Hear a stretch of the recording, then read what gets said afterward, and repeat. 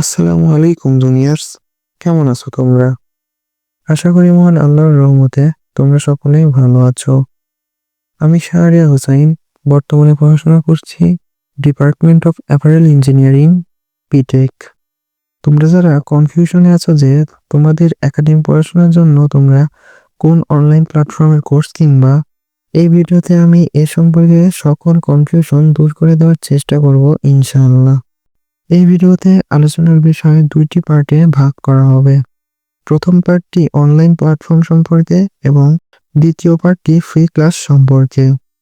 তো চলো মূল আলোচনা শুরু করি। অনলাইন প্ল্যাটফর্ম বেছে নেওয়ার ক্ষেত্রে তোমাদের একটি গুরুত্বপূর্ণ ক্রাইটেরিয়া সম্পর্কে জানা উচিত। সেটা হলো সশরীরে ব্রাঞ্চে গিয়ে ডেইলি ও উইকলি এক্সাম দেওয়ার ব্যবস্থা।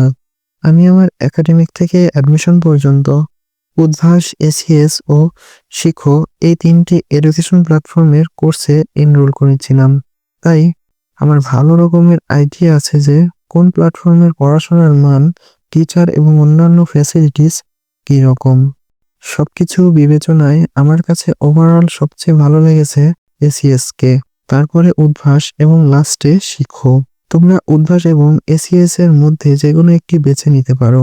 এক্ষেত্রে তোমরা চেষ্টা করবে, যদি এসিএস এর অফলাইন ব্রাঞ্চ তোমাদের আশপাশে কোথাও থাকে, অর্থাৎ তোমরা অনলাইনে ক্লাস করে অফলাইনে সশরীরে গিয়ে পরীক্ষা দিতে পারবা এমন ব্যবস্থা যদি থাকে, তাহলে তোমরা অবশ্যই এসিএস কে বেছে নিবা, আর না হলে উদ্ভাসকে।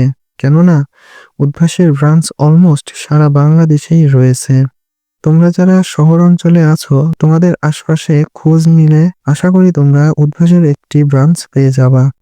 এবার আসি আমি কার ফ্রি ক্লাস দেখে আমার এইচএসসি একাডেমিক প্রিপারেশন নিয়েছিলাম।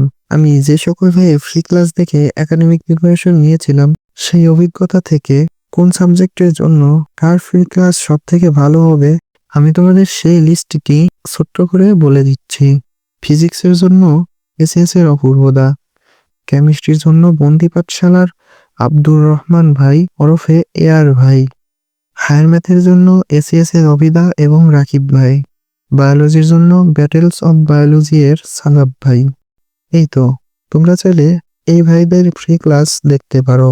আশা করি তোমাদের একাডেমিক পড়াশোনায় অনেক হেল্প হবে। তোমাদের জন্য এতটুকুই বলার ছিল। আমি আপাতত বিদায় নিচ্ছি। তোমাদের জন্য শুভকামনা রইল। আসসালামু আলাইকুম।